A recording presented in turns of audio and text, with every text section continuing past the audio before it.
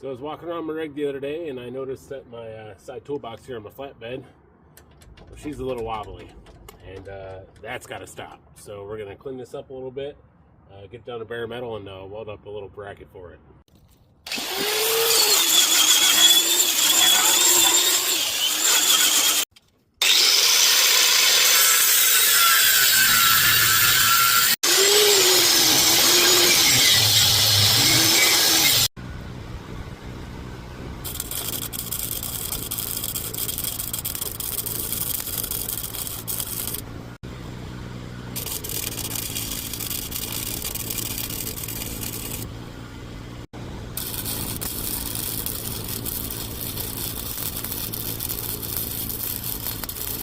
Alright, let's check the weld out. Put a little strain on her.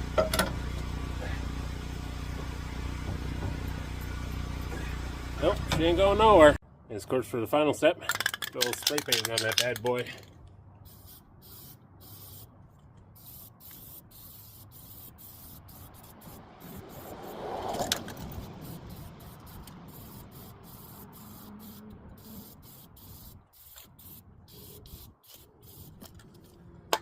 Alrighty, she's good as used.